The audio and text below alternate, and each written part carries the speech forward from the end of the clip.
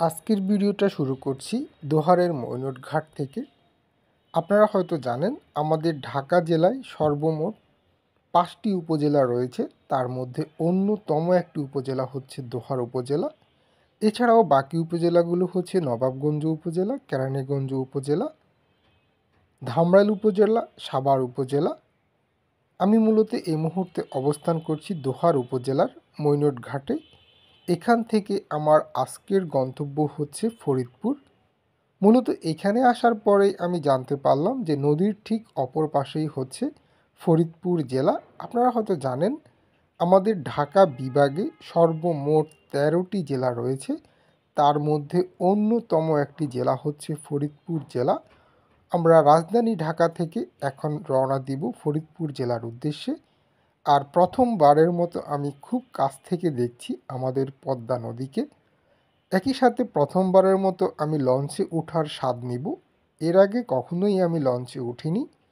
এখান থেকে লঞ্চ করে ফরিদপুর যেতে আমাদের ভাড়া পড়বে মাত্র 70 টাকা, আর সময় লাগবে প্রায় 30 থেকে 35 মিনিটের মতো।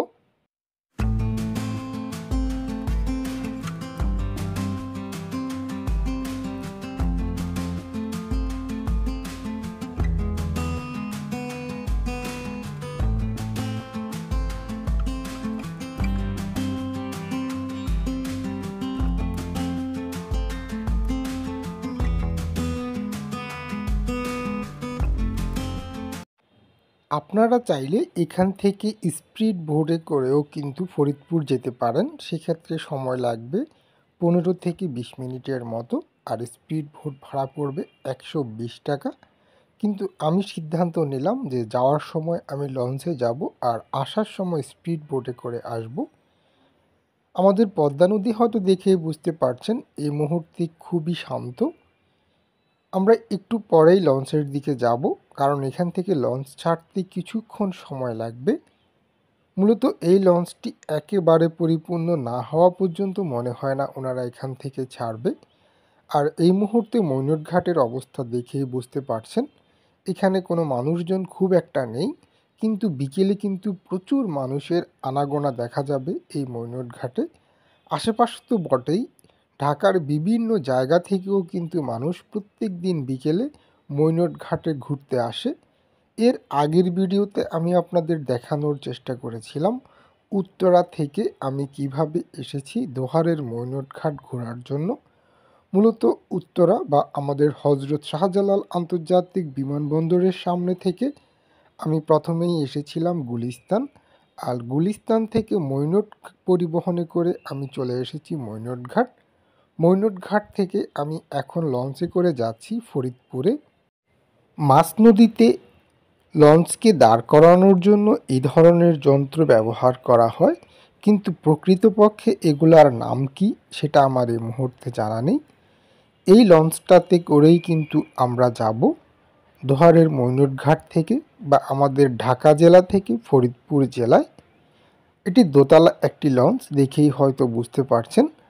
আর এখানে থেকে যেটা জানতে পারলাম আরও হয়তো 15 থেকে 20 মিনিটের মতো সময় লাগবে আমাদের লঞ্চ ছাড়তে। কি আর করা, এখন এখানে দাঁড়িয়ে আসি। তবে এই মুহূর্তে খুবই রোদ, যেহেতু এখন একেবারেই দুপুর, আর আবহাওয়াও দেখেই বুঝতে পারছেন।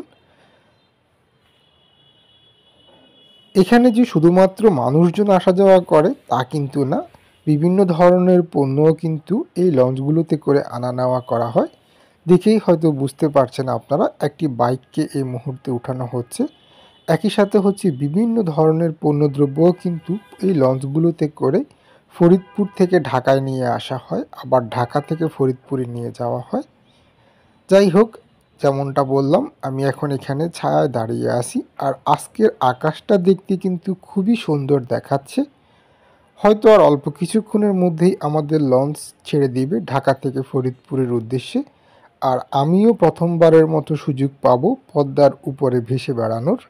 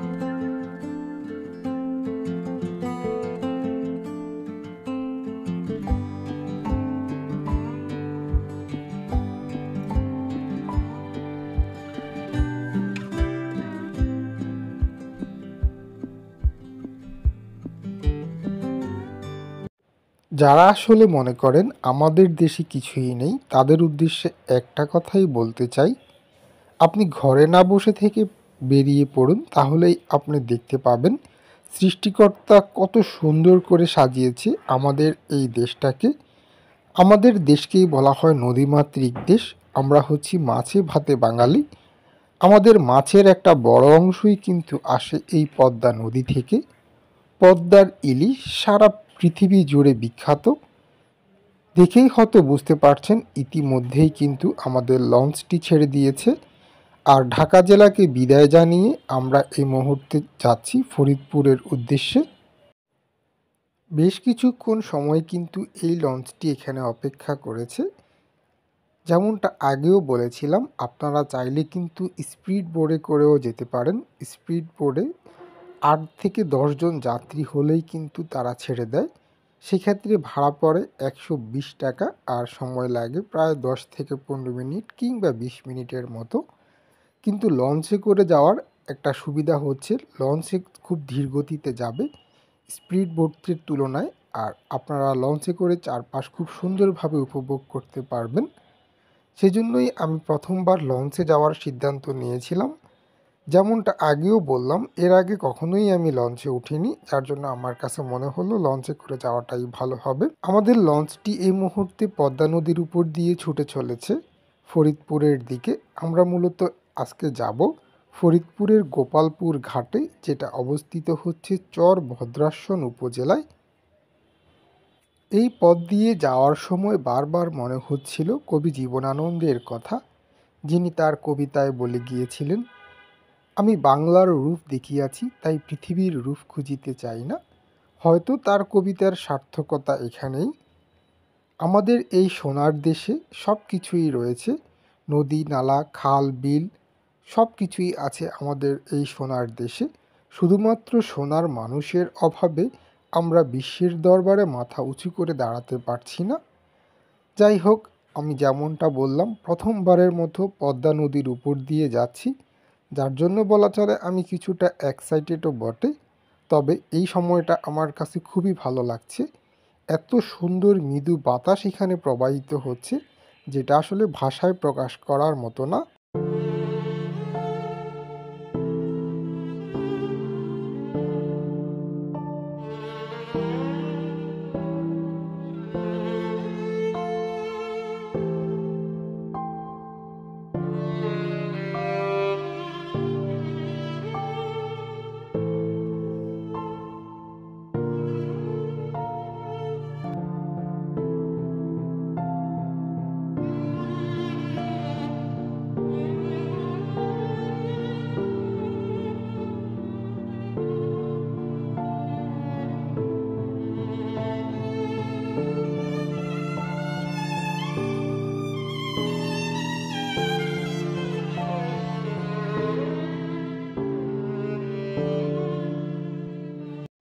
আমাদেরকে বলা হয়েছিল প্রায় ৩০ মিনিটের মতো সময় লাগবে, মানে দোহারের ময়ূরঘাট থেকে ফরিদপুরের চরভদ্রাসন আমরা ৩০ মিনিটের মধ্যেই পৌঁছে যেতে পারবো। কিন্তু নদীতে বিভিন্ন জায়গায় চর থাকার কারণে এই মুহূর্তে কিছুটা সময় বেশি লাগছে। আর আমি এই মুহূর্তে এসে দাঁড়িয়েছি লঞ্চের সামনে। যেমনটা আগেও বলেছিলাম আপনাদেরকে, এখানে খুব সুন্দর একটা মৃদু বাতাস প্রবাহিত হচ্ছে এই মুহূর্তে। বলা চলে আকাশ আর নদী এখানে মিলেমিশে একাকার হয়ে আছে। তারই মাঝ দিয়ে আমাদের লঞ্চ ছুটে চলেছে ফরিদপুরের দিকে। আমি চেষ্টা করছি এই মুহূর্তে আমাদের যেই নদীর সৌন্দর্য রয়েছে, বিশেষ করে পদ্মা নদীর যে সৌন্দর্য, সেই সৌন্দর্যটা আপনাদের সামনে উপস্থাপন করার জন্যে।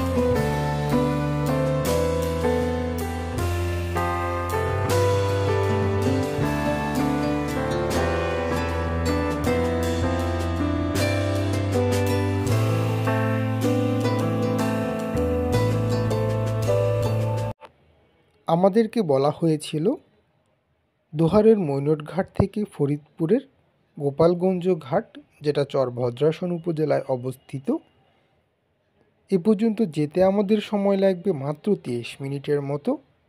কিন্তু এখন আমাদের সময় আরও বেশি লাগছে। এর একমাত্র কারণ হচ্ছে নদীতে বিভিন্ন জায়গায় চর উঠেছে। চর ওঠার কারণে আমাদের লঞ্চ কিন্তু এই মুহূর্তে খুবই ধীর গতিতে যাচ্ছে। বলা চলে একেবারে চরের পাশ দিয়েই কিন্তু আমাদের লঞ্চ যাচ্ছে। যদি আপনারা কখনো দোহারের মৈনট ঘাট ঘুরতে আসেন, আমি বলবো ফরিদপুর থেকেও কিন্তু ঘুরে যাবেন। বিশেষ করে ফরিদপুরের চর ভদ্রাসন উপজেলাতে ঘুরে দেখতেই পারেন। একই সাথে হচ্ছে এখানকার চরের মানুষের জনজীবনও কিন্তু ঘুরে যেতে পারেন। তবে আমি যেহেতু একা, সেজন্য আমি আর আজকে চরের দিকে যাব না। আমি কিছু সময় ফরিদপুর চর ভদ্রাসন বাজার এবং এর আশপাশের দৃশ্যগুলো ঘুরে দেখে আবার চলে যাব হচ্ছে দোহারের মৈনট ঘাটে। আর আমার ঠিক পরের ভিডিওতে আমি চেষ্টা করব দোহারের মৈনট ঘাটের বিভিন্ন দৃশ্য আপনাদের ঘুরে দেখানোর জন্য। আমি হয়তো আপনাদেরকে বলেছিলাম আপনারা চাইলে কিন্তু স্পিড বোটে করেও যেতে পারেন। সেক্ষেত্রে ভাড়া পড়বে 120 টাকা, আর সময় লাগবে 10 থেকে 15 মিনিট কিংবা 20 মিনিটের মতো। আর আমি যাচ্ছি লঞ্চে। যেমনটা আগেও বলেছিলাম, এটা আমার প্রথম লঞ্চ ভ্রমণ, যার জন্য আমি এই সুযোগটা হাতছাড়া করতে চাইনি। এই লঞ্চে কিন্তু উপরে এবং নিচে দুই জায়গাতেই মানুষের বসার ব্যবস্থা রয়েছে, মানে এটা দোতলা সিস্টেম, বা এটাকে আমরা বলি হচ্ছে ডুপ্লেক্স লঞ্চ। নিচে এসে দেখতে পেলাম এখানে চানাচুর বিক্রি করা হচ্ছে, আর লঞ্চের যাত্রীরা কিন্তু সানন্দে এটাকে গ্রহণ করছে সবাই। আমার আসলে এই মুহূর্তে চানাচুর খাওয়ার ইচ্ছা নেই, আমি এখানে এসেছি কৌতূহলবশত। নিচে আসলে ইঞ্জিন ঘর রয়েছে, আর সেটাই দেখার জন্য আমি এখানে আসলাম যে এটা আসলে দেখতে কেমন হয়, আর চেষ্টা করছি আপনাদেরকেও একটু ঘুরে দেখাতে।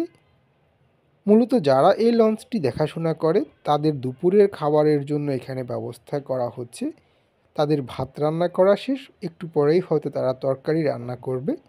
এইটাই হচ্ছে তাদের জীবন, এভাবেই নদীর সাথে সংগ্রাম করে তারা এখানে টিকে আছে।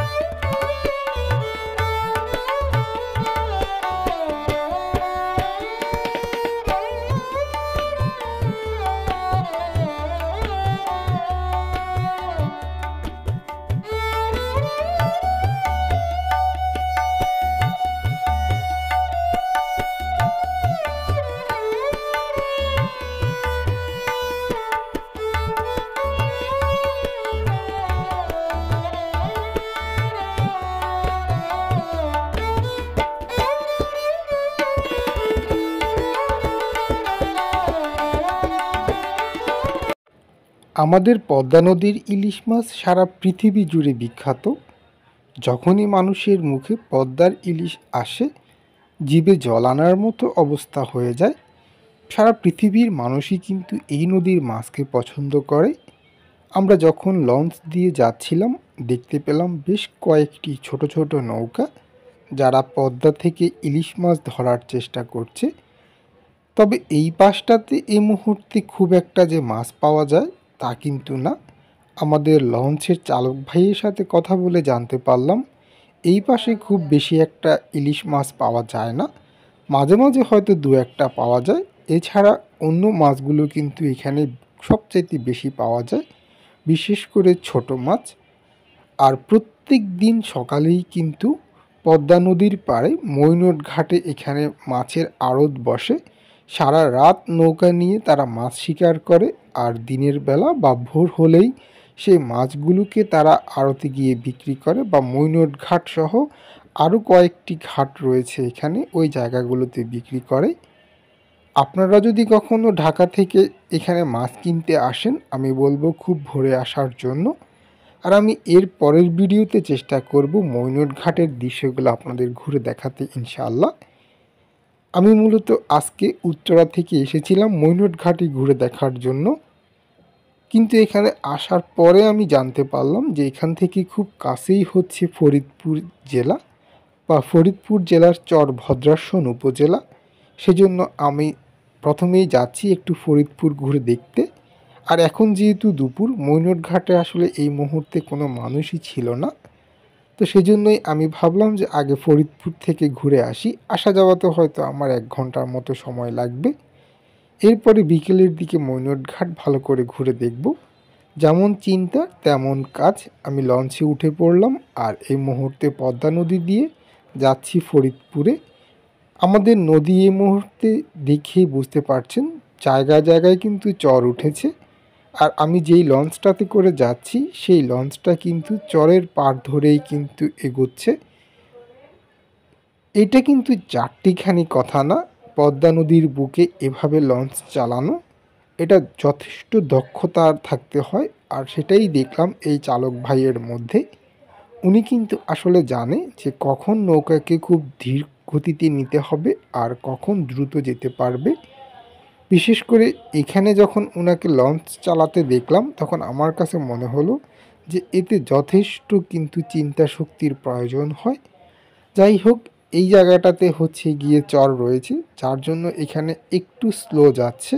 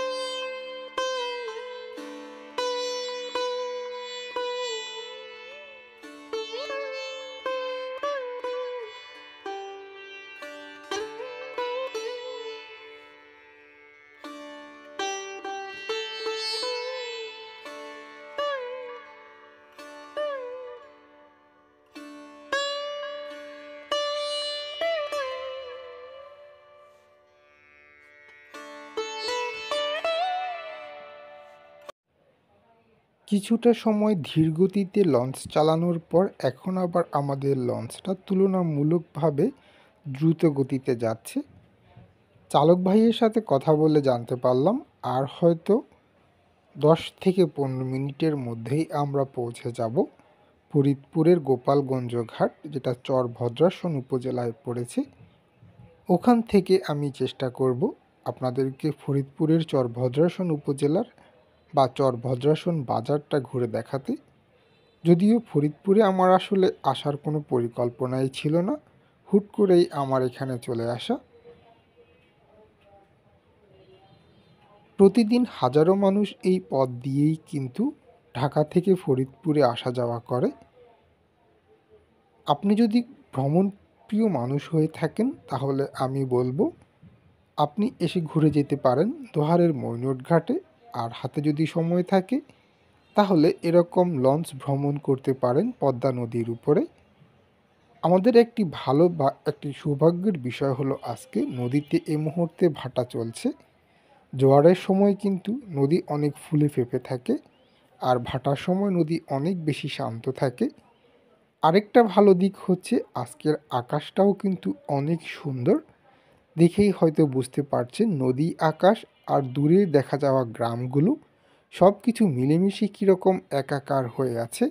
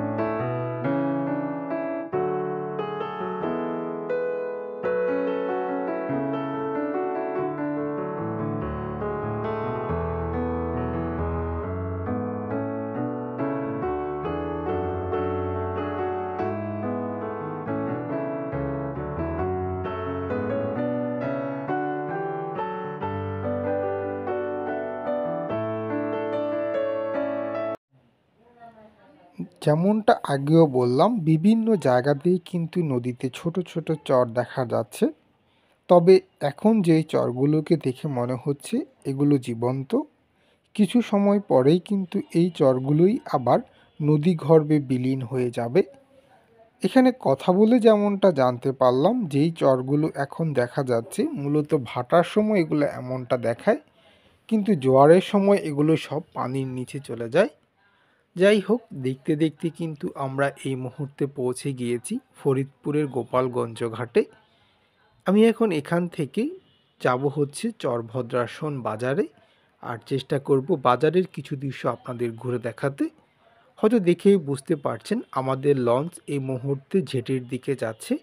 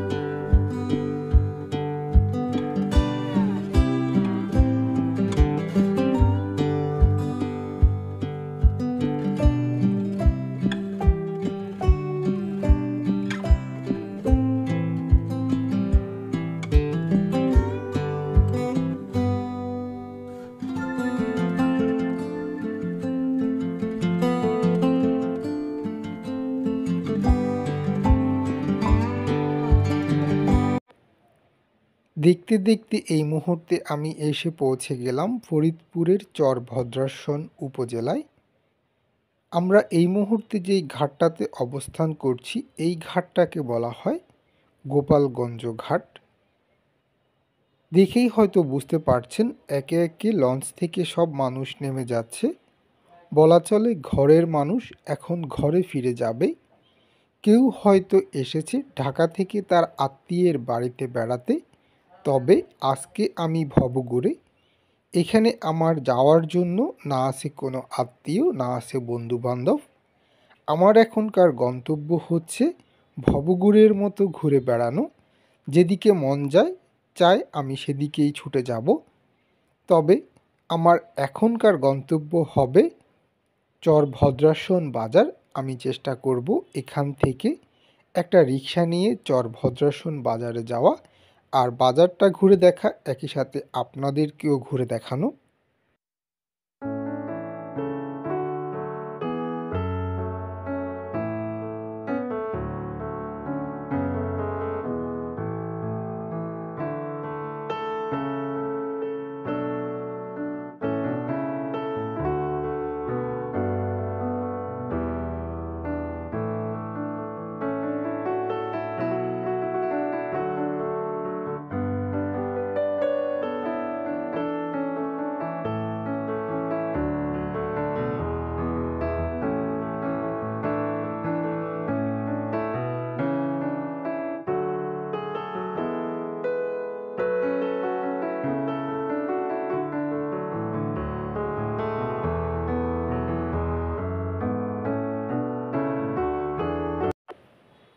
এই পথ দিয়েই প্রত্যেক দিন অসংখ্য মানুষ ফরিদপুর থেকে ঢাকায় আসা যাওয়া করে।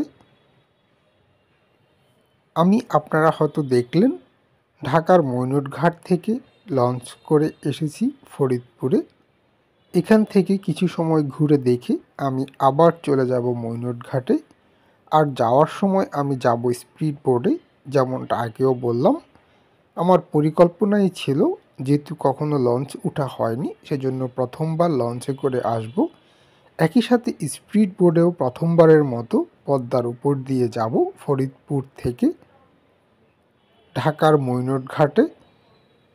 যাই হোক, আমি এই মুহূর্তে একটা রিক্সা ভাড়া করে ছুটে যাচ্ছি চর ভদ্রাসন উপজেলায় চর ভদ্রাসন বাজার ঘুরে দেখতে। আর যাওয়ার সময় দেখছি ফরিদপুরের গ্রাম। মূলত বলা চলে চর ভদ্রাসন কিন্তু ফরিদপুরের মধ্যে জনপ্রিয় একটি উপজেলা। এখান থেকে খুব একটা বেশি যে সময় লাগবে তা কিন্তু না। আমাদের ড্রাইভার মামা বলল 5 থেকে 6 মিনিট, তবে আমার কাছে মনে হলো 10 মিনিটের মতো সময় লাগতে পারে। যদি আপনারা রিকশায় করে যান সেক্ষেত্রে ভাড়া পড়বে 30 টাকা। আমরাও একটা রিক্সা ভাড়া করে এখন বাজারের দিকে যাচ্ছি নদীর ঘাট থেকে। বাজারে গিয়ে আমি চেষ্টা করব বাজারের কিছু দৃশ্য আপনাদের ঘুরে দেখাতে। ফরিদপুরের এখানে যেই বাড়িঘরগুলো দেখতে পাচ্ছি তার বেশিরভাগই কিন্তু টিন দিয়ে তৈরি করা। কিছুক্ষণ পরপর কিন্তু আবার ইট পাথরের বাড়িও কিন্তু দেখতে পাচ্ছি। তবে এদিক দিয়ে যেতে আমার কাছে খুবই ভালো লাগছে, বিশেষ করে গ্রামের একটি অনুভূতি পাচ্ছি এই মুহূর্তে।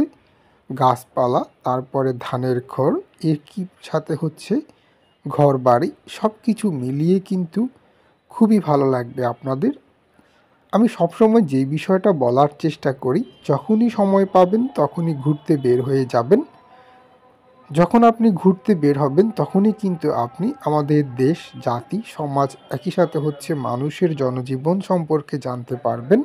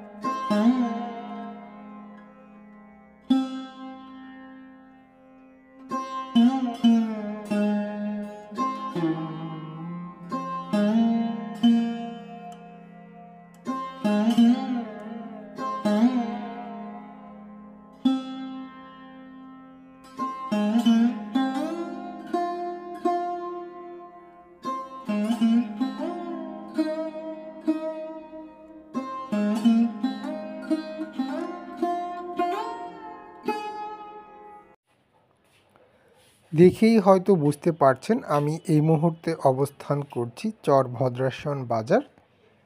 এখান থেকে আপনারা চাইলে খুব সহজেই চলে যেতে পারেন ফরিদপুর সদর অটো বা লেগুনাতে করে। রাস্তার ঠিক পাশেই হয়তো আপনারা লক্ষ্য করেছেন যে অটো বা লেগুনাগুলো এগুলাতে করেই এখান থেকে আপনারা ফরিদপুর সদরে গিয়েও ঘুরে আসতে পারেন। তবে আমি আজকে আর ওদিকে যাব না, আমি এখান থেকে আবার চলে যাব হচ্ছে দোহারের মৈনট ঘাটে। আর বিকেলবেলা সময়টা আমি মৈনট ঘাটে ঘুরে দেখে সন্ধ্যার পরে আমি আবার ঢাকার উদ্দেশ্যে রওনা দিব।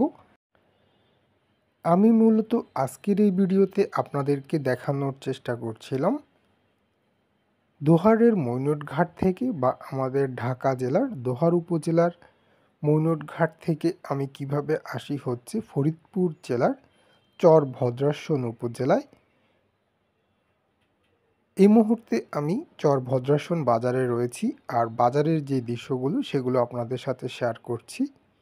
এখান থেকে আমি বাজারটা ঘুরে দেখে আবার চলে যাব হচ্ছে গোপালপুর ঘাটে। সেখান থেকে স্পিড বোটে করে আমি যাব হচ্ছে দোহারের মৈনট ঘাটে, যেখান থেকে মূলত আমার আজকে ফরিদপুরে আসা। অন্যান্য বাজারের মতো ফরিদপুরের এই বাজারটাও কিন্তু একই রকম, কোনো অংশেই কম না। বলা চলে আমাদের দেশের বেশিরভাগ বাজারে আমরা যেই দৃশ্যগুলো দেখতে পাই এখানেও হচ্ছে গিয়ে ঠিক তাই। এখানেও অনেক মিষ্টির দোকান দেখতে পেয়েছিলাম, তবে আমার আজকে আর এখানে নামার কোনো ইচ্ছে নেই। আমি আজকে দুপুরের খাবারটা খাবো মূলত মৈনট ঘাটে গিয়ে। আর আমার পরের ভিডিওতে আমি আপনাদেরকে সেই দৃশ্যগুলো দেখানোর চেষ্টা করব ইনশাআল্লাহ। এই মুহূর্তে আমি চেষ্টা করছি ফরিদপুরের চর ভদ্রাসন বাজারটা আপনাদের ঘুরে দেখাতে।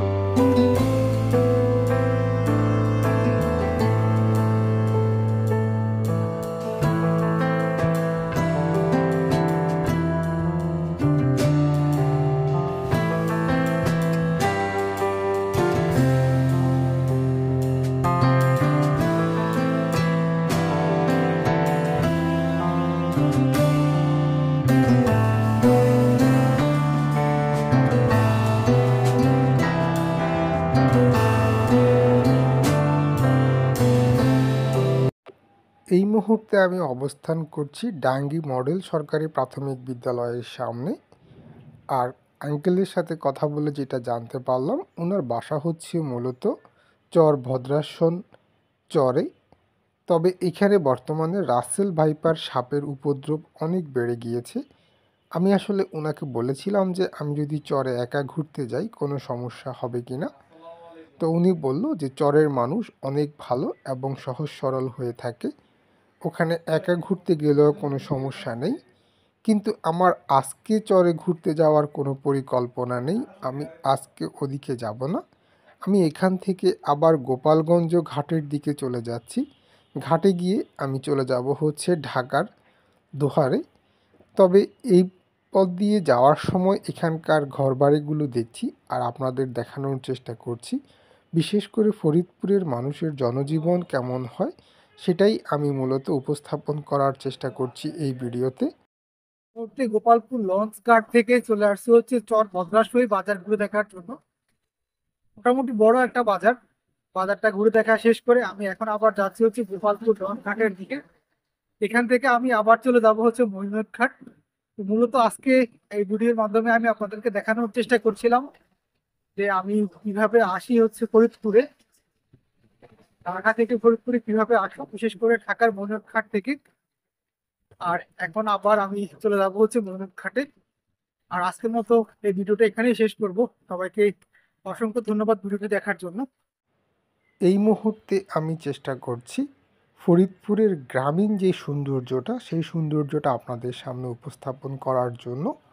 বিশেষ করে ফরিদপুর জেলার চর ভদ্রাসন উপজেলার বা চর ভদ্রাসন বাজার থেকে গোপালগঞ্জ নৌকাঘাটে যাওয়ার পথে রাস্তার দুপাশের যে দৃশ্যগুলো বা যে সৌন্দর্যগুলো সেগুলো আপনাদের সামনে তুলে ধরার জন্য।